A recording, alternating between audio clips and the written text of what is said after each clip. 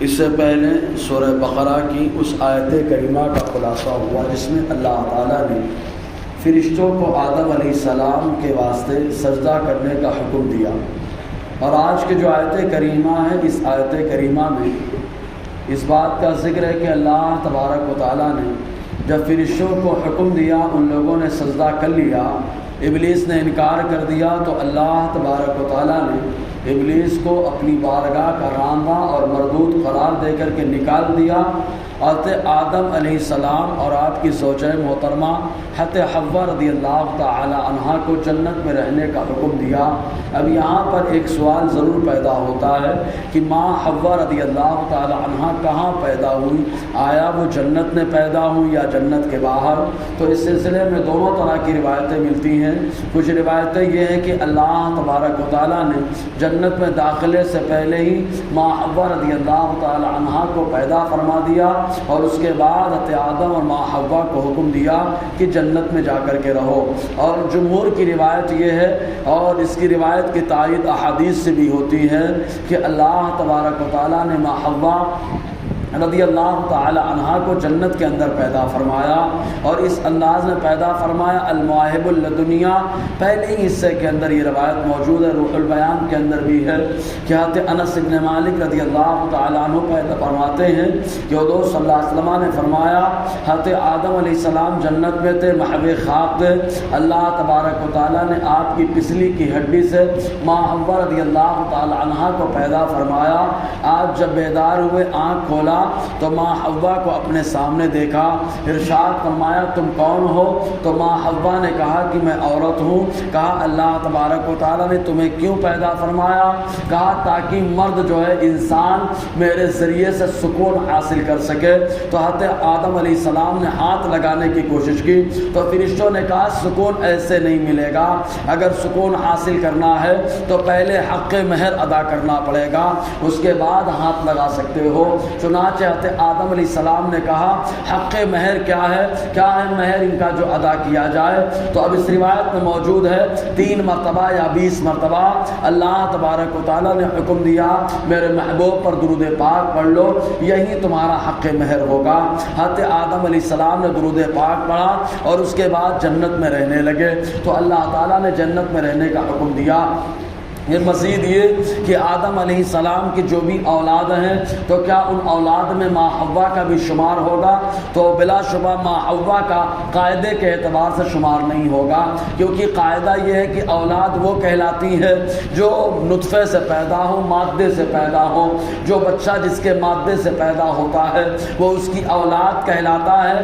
تو ماں حوا رضی اللہ تعالی عنہا کو اللہ تبارک و تعالیٰ نے بغیر مادے کے پسلی کی ہڈی سے پیدا فرمایا، لہٰذا وہ آدم علیہ السلام کی بیوی ہے، آدم علیہ السلام کی نسل سے نہیں ہے، کیونکہ بہت ساری چیزیں ہمارے بدن کے حصے سے پیدا ہوتی ہے، تو کیا وہ ہماری اولاد ہو جائے؟ خالی سمجھانے کے لیے مشابہت دینا مقصود نہیں ہے۔ جیسے سر میں جو پیدا ہو جاتی ہے وہ ہمارے بدن کے میل سے پیدا ہوتی ہے، کبھی کبھی انسان کے بدن میں جو ہے گوشت کے ذریعے سے اللہ تعالیٰ کیڑے مکوڑوں کو پیدا فرما دیتا ہے، تو کیا وہ ہماری اولاد ہو گئی؟ اور کبھی کبھی تو ایسا بھی ہوتا ہے چھوٹے بچوں کے پیٹ میں کیڑے پیدا ہو جاتے ہیں، تو کیا وہ ان کی اولاد ہو گئے؟ تو آپ کہیں گے نہیں، وہ ان کی اولاد نہیں ہے۔ کیوں نہیں ہے؟ حالانکہ وہ ان کے بدن کے حصے سے بنے ہیں۔ تو آپ کہیں گے اولاد وہ کہلاتی ہے جو نطفے سے پیدا ہو، اور یہ چیزیں نطفے سے نہیں پیدا ہوئی ہیں، اس لیے یہ اولاد نہیں ہے۔ تو بلا شبہ بلا تشبیہ خالی تقریب فہم کے لیے مثال تھی۔ ماں حوا رضی اللہ تعالی عنہا کو اللہ تبارک و تعالیٰ نے حضرت آدم علیہ السلام کی پسلی کی ہڈی سے پیدا فرمایا، اس لیے وہ ان کی اولاد نہیں ہے، یہ ان کی زوجہ محترمہ ہے۔ اور حوا اسی لیے ان کو کہا جاتا ہے کہ وہ زندہ پیدا کی گئی ہے، ڈائریکٹ ہڈی سے آپ کو اللہ نے وجود بخشا تو زندہ پیدا ہوئی۔ مر کر زندہ تو سبھی بچے ہوتے ہیں، لیکن شروعات میں نطفہ مردہ ہوتا ہے، پھر اس کے بعد گوشت کا جمع ہوا خون اور گوشت کا لوتھڑا بنتا ہے۔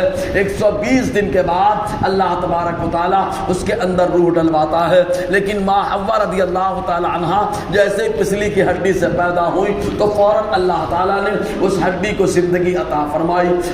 اور دوسرا سوال یہ پیدا ہوتا ہے، آیا جنت میں اللہ تعالیٰ نے رہنے کا حکم دیا تو یہ وہی جنت ہے جس جنت میں انسان بعد حساب و کتاب جا کر کے رہے گا یا دوسری کوئی جنت ہے؟ تو اہل سنت و جماعت کا نظریہ ہر زمانے میں یہ رہا کہ اصل جنت ہی مراد ہے جس میں حساب و کتاب کے بعد انسان جا کر کے رہے گا۔ لیکن ایک فرقہ جو بگڑیل تھا، اسلام سے نکلا ہوا تھا، اس کا نام قدریہ تھا۔ اس قدریہ فرقے کا نظریہ یہ رہا کہ یہ جنت اصل وہ جنت نہیں ہے۔ یہ کہتا ہے کہ یہ جنت ایک باغ ہے جو اللہ تعالیٰ نے فلسطین کی سرزمین پر پیدا فرمایا، اسی باغ میں حضرت آدم اور ماں حوا رضی اللہ تعالی عنہا کو رہنے کا حکم عطا فرمایا، اور یہ احادیث کے بھی خلاف ہے۔ ڈائریکٹ اللہ تعالیٰ نے حضرت آدم اور حوا کو جنت میں رہنے کا حکم دیا۔ اب ایک سوال اور پیدا ہوتا ہے، ہمارا عقیدہ ہے جنت پیدا ہو چکی ہے، جب جنت پیدا ہو چکی تو کہاں پر ہے؟ اس کا سوال بالکل ہو یہی سوال ہرقل بادشاہ نے حضور صلی اللہ علیہ وسلم کے خط کے جواب میں لکھا تھا۔ حضور نے اس سے ارشاد فرمایا ایمان لے آ، جنت میں چلا جائے گا۔ تو اس نے کہا تمہارے قرآن میں تو جنت کی چوڑائی آسمان و زمین کے برابر بتائی گئی ہے، یا تو آسمان و زمین ہے یا تو جنت ہے، اور آپ کہتے ہو جنت پیدا ہو چکی ہے۔ اگر ہے تو کہاں پر ہے اور کہاں پر بندہ جو ہے داخل ہو جائے گا؟ حضور صلی اللہ علیہ وسلم نے فرمایا دنیا بھی پیدا ہو چکی ہے، جنت اور جہنم بھی اللہ نے پیدا فرمایا۔ لیکن حضور جواب بڑا لطیف دیتے ہیں۔ الخصائص الکبریٰ کے اندر یہ روایت آقا علیہ السلام نے فرمایا جب رات آتی ہے تو دن کہا جاتا ہے، اور جب دن آتا ہے تو رات کہا جاتی ہے۔